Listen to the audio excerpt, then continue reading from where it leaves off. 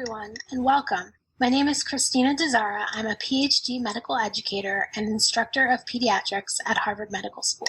I'm here to speak with you today about building your online teaching confidence in the age of COVID-19.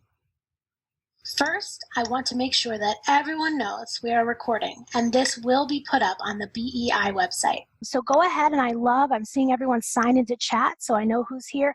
Go ahead and do that so we know who is joining us, and you can find that chat function in the lower right-hand corner. It might be blinking right now, so it's easy to find. I want to go ahead, if you're not muted, please mute your microphone at this time. It's good practice.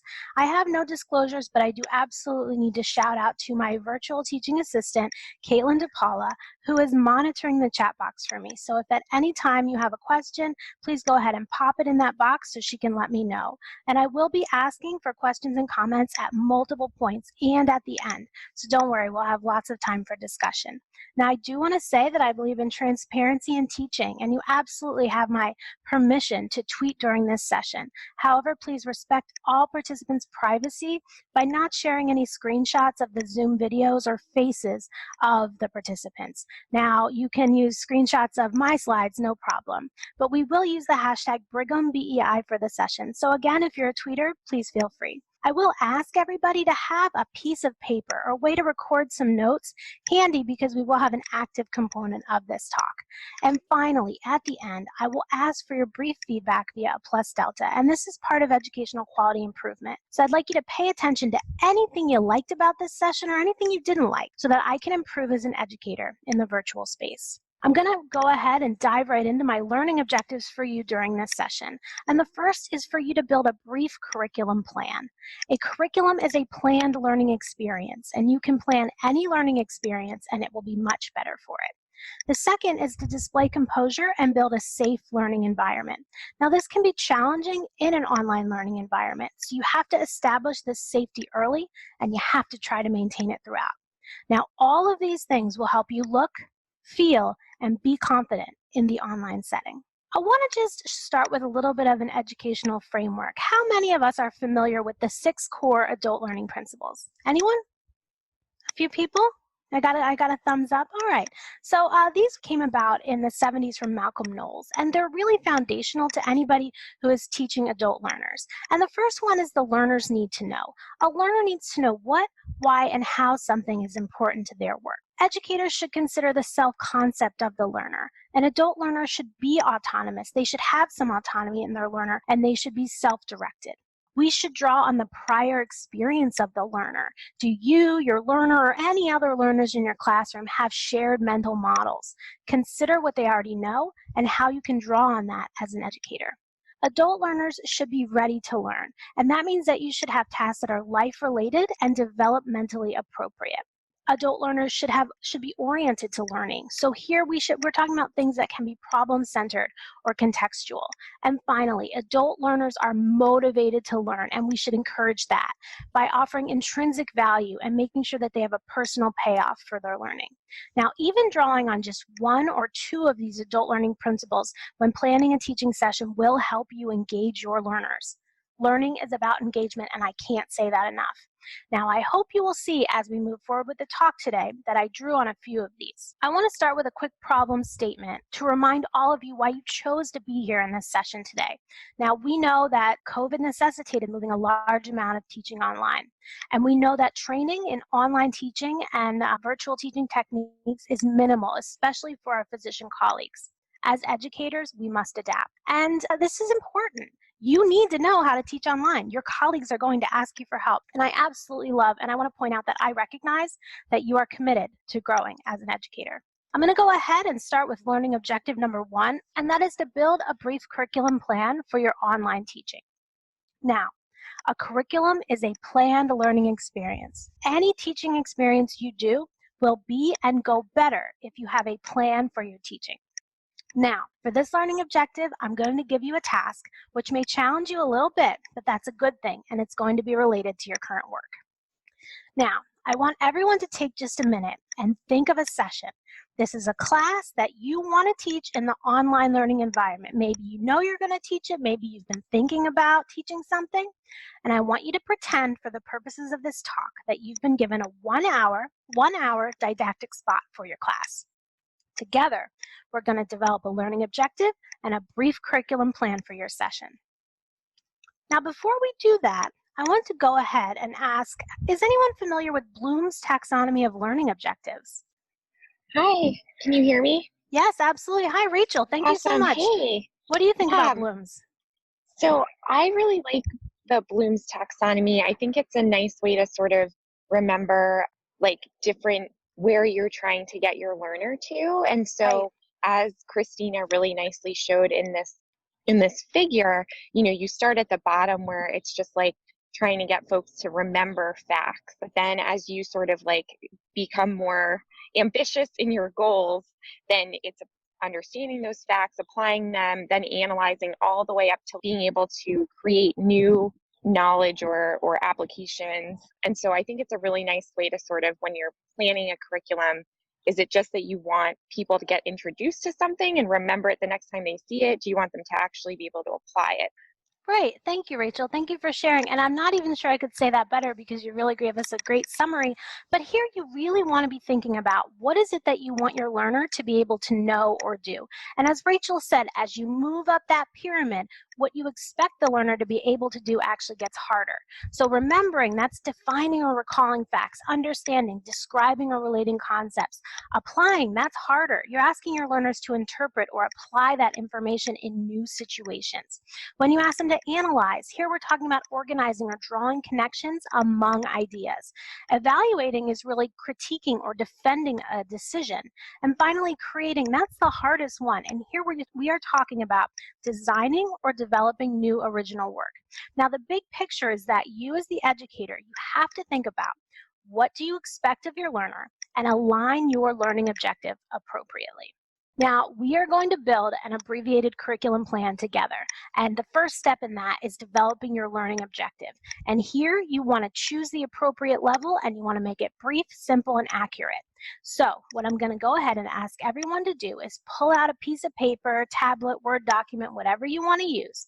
And I would like everybody joining me today to take 1 minute to write one learning objective for the session that you are creating. Just one learning objective for the session you identified earlier. So go ahead and take 1 minute and please do that now. All right, in the interest of time, I'm going to go ahead and move forward. Now, I would absolutely love for someone to share their learning objective with me. Who is willing to unmute themselves and share their learning objective today? It looks like Eric's willing to share. Thank you, Eric. And first, tell me, what is the session that you are preparing for your learners? So I thought I'd have a little fun with it because we're virtual and challenge myself with teaching a procedure, which seems, you know, a disconnect because most people think that can only be done live. But essentially, so I hit my sweet spot and I said I would try, and the objective would be to teach the principles of thyroid nodule fine needle aspiration. Fine needle aspiration. Everyone's laughing right now. So you're actually talking about something that I think is kind of maybe in the middle ground of that Bloom's taxonomy, where the learners have to have a lower level of knowledge to be able to understand how to do that second part of the procedure. So I love that you were really thinking about where on that Bloom's taxonomy your learner might fit. Does anyone else want to unmute themselves and share today? It looks like maybe Nareth is willing to share.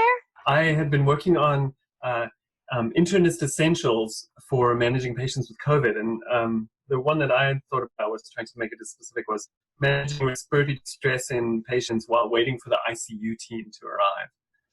So this is extremely specific, exactly what to do when a learner is waiting for the next step. Is that right? That's right, yeah. Great. And what word did you use to start your learning objective? Managing. Managing. Absolutely love it. So really building into that person being an adult learner by sort of trying to empower them that they have some autonomy and management in the situation. I love that. And thank you so much for those who shared. Now, one thing I do want to remind everybody, when you're leading your own session, share that learning objective or objectives with your learner so that they know what you intend for them to know or do as a result of the session. As an educator, this points to you being transparent with your learner, which is really important. Now, the second thing that is really essential if you're going to build a brief curriculum plan is to really plan your time. It's absolutely essential, and it will help you feel control over your session.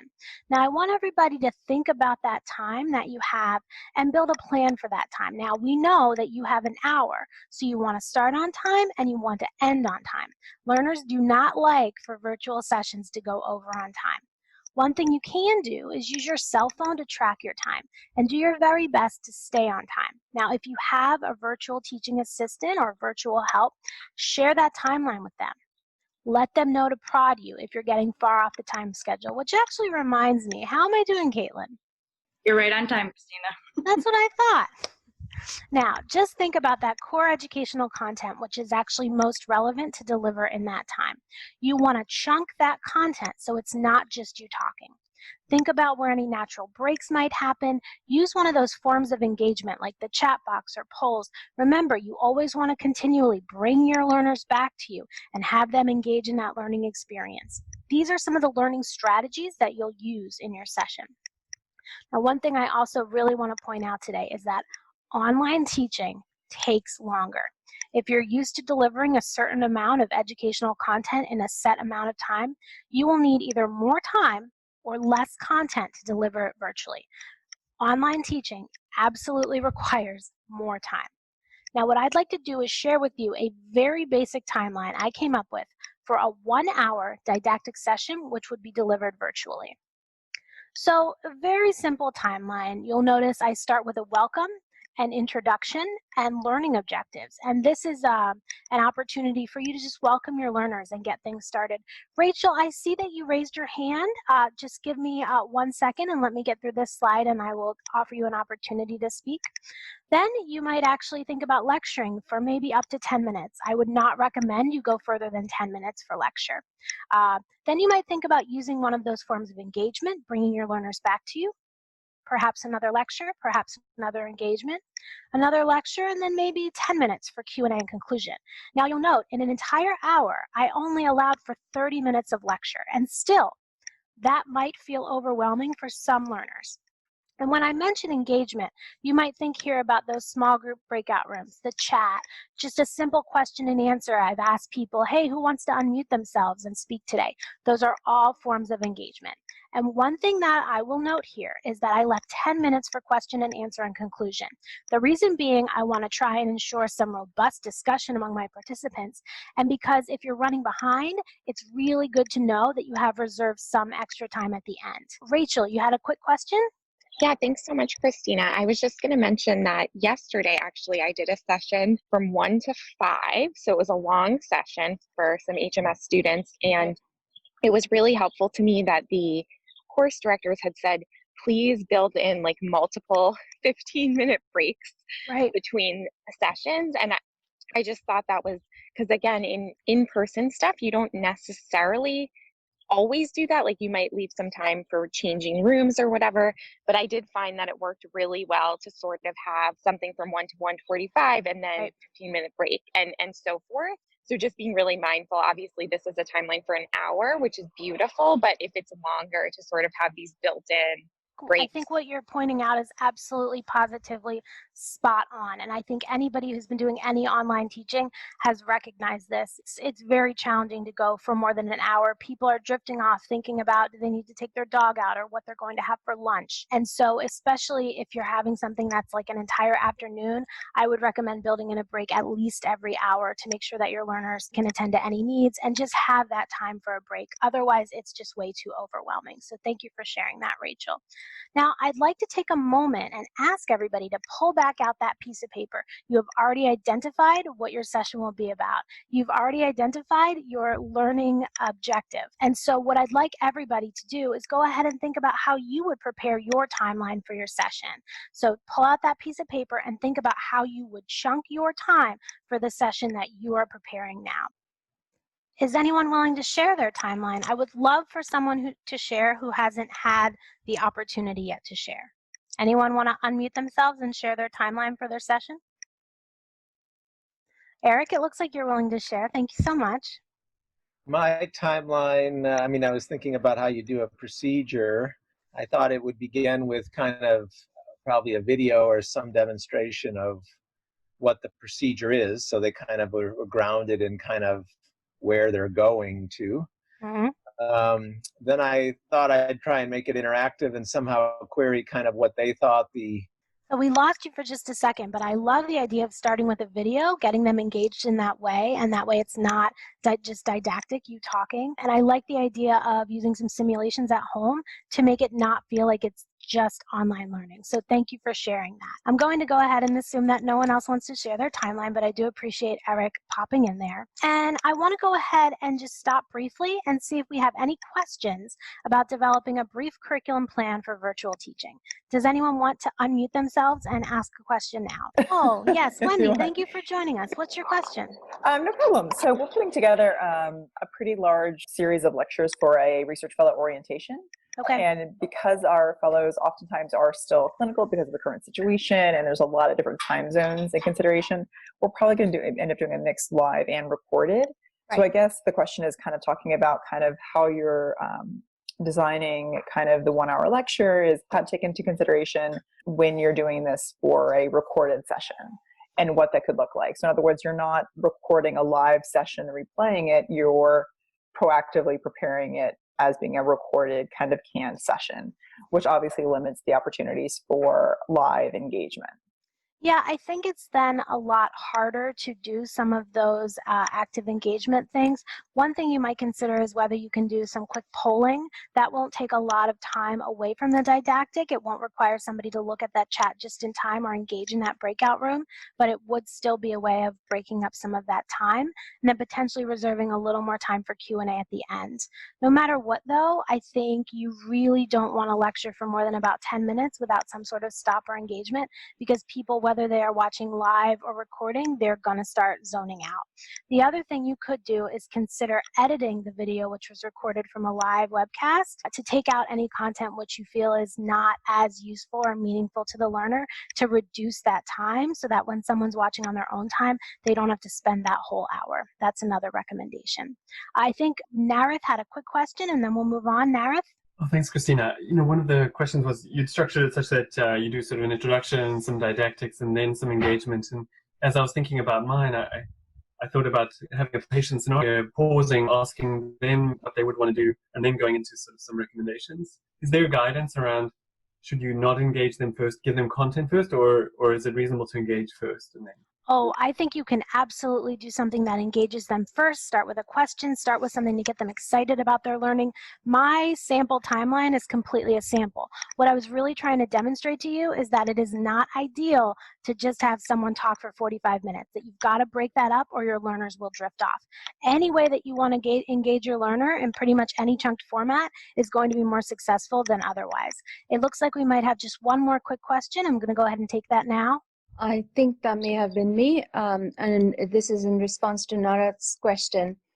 Narath, I have many timelines depending on the objective of the session, and but my favorite timeline is always I introduce myself or my fellow presenters, do an agenda, but then quickly the next thing I do is actually activate the audience and ask them to write down on a card and an index card what their objectives or learning goals are.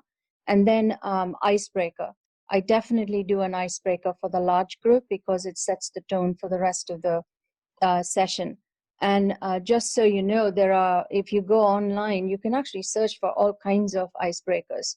There are websites that tell you what icebreakers you can use.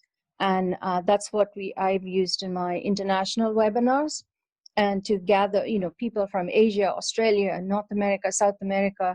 And I use a nice icebreaker. Again, be conscious about politics, humor, what we consider humorous or okay politically may not be okay if you're engaging an international audience. Thank you, Shubha, for that comment. I do appreciate that. Again, there's no one way to check your time, but anything you can do to engage your learners and continually bring them back to you will be better than the alternative. I'm going to go ahead and move on at this point to learning objective number 2, and that is to display composure and create a safe learning space. Now, this can be challenging with virtual learners, especially if you're doing something like a one-off and you don't already know your learners. So I would like to share with you just a few things I've learned, which you might find helpful in your teaching.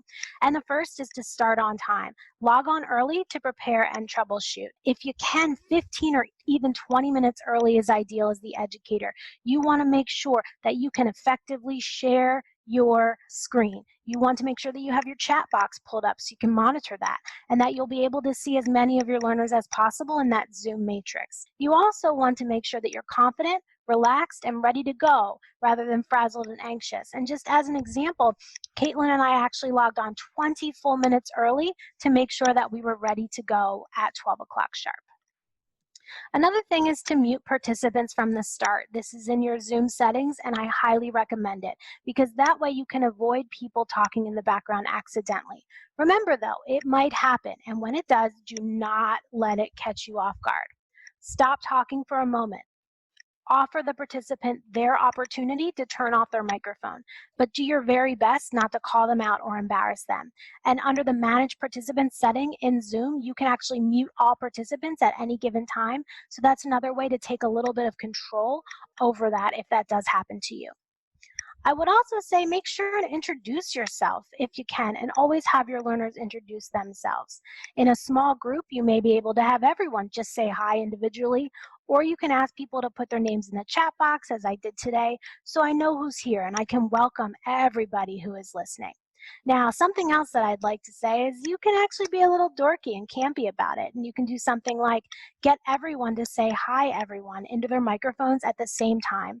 Now, engagement is key to online learning. You have to bring your learners back to you often and consistently, potentially more than in a traditional classroom. Now, by doing something as simple as that, you're actually inviting your learners to feel as though they are a part of and invested in the learning environment. The next thing I want to bring up with you is utilizing virtual assistants. Having a virtual teaching assistant or virtual co-facilitator for the session like I have today with Caitlin is wonderful. It doesn't have to be a real teaching assistant. It could be someone you trust, a colleague, a peer, a trainee, a chief resident. But importantly, it's someone who's going to monitor that chat box and the engagement, who has your permission to stop you and let you know if anything's going wrong, if any questions came in the chat box, which should be addressed immediately. I would also say that there is another benefit of using virtual assistants, and that is if you have any technical difficulties, your computer turns off, the internet stops working, your teaching assistant can step right in and keep that session running in your absence. Now, this might be as simple as that teaching assistant saying, let's hold for a moment until the instructor comes back. Or you might have a plan with them, like maybe there's a backup discussion question that your teaching assistant facilitates for you while you rejoin that session to keep your learners engaged. Now, another really helpful option that I would highly recommend is to use dual monitors when you teach online. Use the one with the webcam to deliver your teaching to the learners, and use the other one to see your learners, monitor the chat box, monitor those hand-raised signals. The ideal, however, and I can't stress this enough, if you are new to online teaching and learning, utilizing that virtual assistance in the form of a teaching assistant at least the first time is a very smart way to go. I also want to remind everybody that you really can build learner trust through engagement. Even minimal to moderate engagement with your learners will build that trust with them, and they will see that you're doing your best to create a strong learning experience for them. Now, I want to point everyone to a couple of ways that you can do this. In Zoom, there's a chat function. It's a very nice way to welcome your learners, but it's also a nice way to drive engagement. At any point in time, you can say, who has a question? Go ahead and pop it into the chat box. Or here's a question I'd like to ask of you. Go ahead and put your answer in the chat box. You can sort of crowdsource some responses, see how your learners are thinking, and take a minute to look for those questions and answers. It is not hard to do. Another cool opportunity for engagement is that hand raise feature that we've been using today. And there is a number of cool features there, the thumbs up, the high five. There's also a need a cup of coffee. So you could actually think creatively about how to use this. Maybe you tell your students to put up a coffee when they need that 5-minute break in a long class like Rachel was talking about. And when you see 5 coffees, you'll go ahead and take a break. Or you could consider just using that simple hand raise function. But remember one thing, if you tell your learners that they can use these options, you absolutely have to monitor them or have your teaching assistant monitor them. So let's go ahead right now and have everyone throw me the sign that best expresses how you're feeling right now. So go ahead and tap the smiley face on the Zoom bar select a reaction, and let me know how you're feeling about today's presentation. Got a couple of thumbs up. I got a clap. Thank you. Thank you very much. I appreciate that feedback very much. I want to also mention breakout rooms. Breakout rooms work very well when you have a clear, defined task for your learners. You want them to create something. You want them to discuss something. You want them to come up with an answer together. One thing I will tell you about breakout rooms, you have to give your learners a little bit more time for these, and you absolutely have to make sure that you give your learners a prompt. If you give them a prompt, tell them to assign a note taker. If you put learners in a breakout room and don't give them a clear task for what they're supposed to leave the breakout room with, the breakout room will feel like a waste of time and it will not be effective. I also want to point out that polls are something you can use to keep driving that engagement and building your learner trust. Polls are very cool. They are not hard at all. You can make them live. You can make them in advance. Now, I actually recommend that you make them in advance so you don't have to do anything in the moment. Now, I'm going to demonstrate this to you right now. I've put a poll here asking you which of these Zoom features I've mentioned today you are most likely to use to drive engagement in the course that you've planned. Caitlin, let's go ahead and launch that poll. Go ahead and take that poll. It looks like people are starting to take it. What feature do you plan to use in your online teaching session? I've got a couple of, chat, hand raised, breakout room. Anyone still voting? They're flying in. Great. It looks like most people have voted. Caitlin, let's end polling and share those results. Wow, I could not have planned this any better. It looks like we all like something a little different. It looks like polling slightly wins. Who chose polling and is willing to unmute themselves and tell me why they chose polling as the method that they're going to use to drive engagement in their session? This is Nora. Hi, Nora. Thank you so Hi. much. I chose polling because I think one of the things that I'm learning in this talk right now is that you can actually use Zoom to do many things, and rather than using Zoom and poll everywhere or Zoom and a different kind of poll, I think it's great to be able to do it all in one thing. Right. Absolutely. Thank you, Nora, and thank you for participating today. I completely agree with you. One of the things that they'll tell you is keep it simple. Don't try to do something so big and overwhelming that you're not going to be able to effectively execute it. I think the poll function works really well in Zoom. It's not complicated. I do think it's a really good choice. And again, you could make it as simple as yes or no, or even do you need a break in the middle? You can think creatively about how to use a very simple poll in your teaching. Now, doing that poll was actually not hard for me. It wasn't hard for you, and it took really just a minute of thought as to what I wanted to ask you.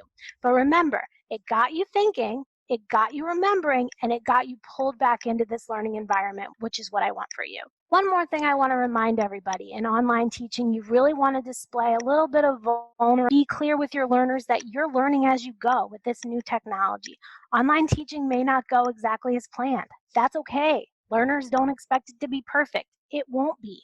But endearing just a little bit of compassion among them will never hurt. Finally, the last thing I want to point out about building a safe learning environment is that all curricula should be evaluated. This is absolutely another way that you can build learner trust. If learners know that you want their input, you care about their learning experience, they will actually be more engaged. Now, many of you may be given didactic sessions for medical students or residents. There may be a standard evaluation for your learners that they have to fill out. That might be sufficient or that might be insufficient for your purposes. Now, my absolute favorite way of receiving near instant learner feedback is actually the Plus Delta. And I'm going to ask you to complete that at the very end of this talk. For those who haven't used it, it's quite easy. It's a way of obtaining that learner feedback about their experience. And for you as an educator to embrace a quality improvement approach, utilize your own growth mindset to grow as an educator in the virtual space. I want to go ahead and conclude with a few comments. First off, let's not be afraid of virtual teaching. It's here to stay. It's our duty as educators to make sure that we're embracing it as best we can, and we're learning and growing so that we can give our learners the most effective teaching experience that we can. Developing even a brief curriculum plan will help you look and feel more confident. Developing that learning objective and thinking about how to chunk up your online teaching session wasn't really that hard. You just have to take a few moments and think about how you're going to do it. And again, embracing that quality improvement and growth mindset is really going to be essential for you to grow as an educator so that you can continue to do better as a teacher in the online space. With that, I am going to go ahead and thank everyone. I will ask Caitlin to go ahead and share with you in the chat box the link to the anonymous Plus Delta survey. It fits under a quality improvement umbrella. I'm doing this anonymously and for the purposes of improving this session for future iterations. It will take only 1 to 2 minutes, and I truly hope that you all will take a moment to fill that out. I want to go ahead and thank the BEI for the opportunity to speak with you today, and we certainly have a few minutes for discussion, and I hope that it will be robust. Thank you very much.